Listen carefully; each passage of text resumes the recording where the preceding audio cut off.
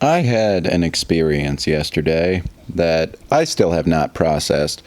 I was wondering if maybe I should talk about it in one of these videos when I've had a little bit of time to think about it and maybe put some sort of, I don't know, maybe put some kind of romantic story spin on it. But I think I'd rather just give you the raw details of what happened. It was while I was on the beach, and I came across, first of all, I came across just like a pure naked guy.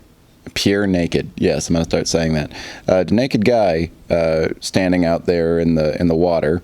That was rather odd. I don't know why he would do that. There were children all over the place, but hey, proud of you for having your freedom, dude. Whatever. Didn't seem like there was anything, transgressive about what he was doing. So, maybe it was public indecency, but he seemed pretty harmless. He just wanted to stand there with waves hitting him. Anyway, I go a little bit further and I see something on the ground that I'm like, is that an urchin? What is that? It's in the sand. It's like right at the edge of the shore, and like water is like hitting it occasionally. It was a crab that was on its back, and its legs were flailing about, so it was still alive. And right next to it was a seagull that was poking at it a little bit and clearly desiring to have that crab for lunch. And I just stood there unsure of what I should do. That's a pretty disturbing thing to see. And it really raises that same question that you have when you're a little kid and you're watching Animal Planet and there's something eating another something, like a living something eating another living something, and you wonder, why are you just filming this person who made this documentary? Why don't you go and stop that thing from eating that thing? And you hear the arguments that you shouldn't interfere with nature's process. There's a side of it that's like empathizing with the thing that's like, that thing that's eating it needs food. It's going to die otherwise. If we stopped it from eating every single thing just because we felt bad for the thing it was eating, then that thing would die and you'd probably feel bad for it then. I want that seagull to have its food and to live a prosperous life. It made me upset thinking about, its prosperity comes at the expense of the crab's prosperity.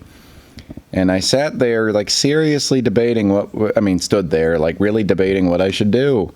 Do I go after do I make the seagull shoo away? I didn't know at that point if the crab even had any chance of living. Like, it was clearly still moving, but maybe it was dying. I don't know. I didn't finally walk away until the seagull bit off one of the crab's legs.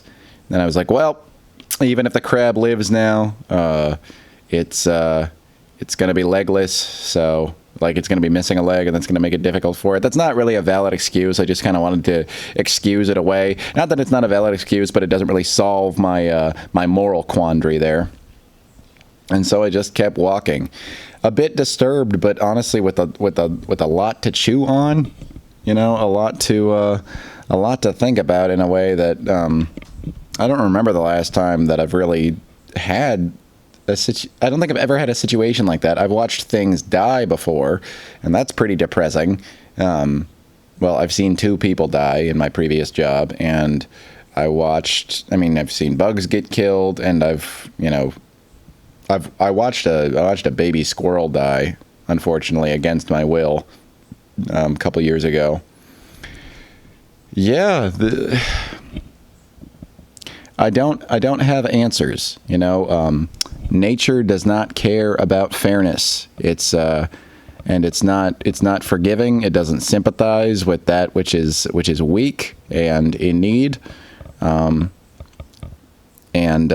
Nature demands that one thing win and another thing lose, at least in a lot of scenarios. So I got a lot more to I was going to say sink my teeth into, but that feels really, really gross in this context.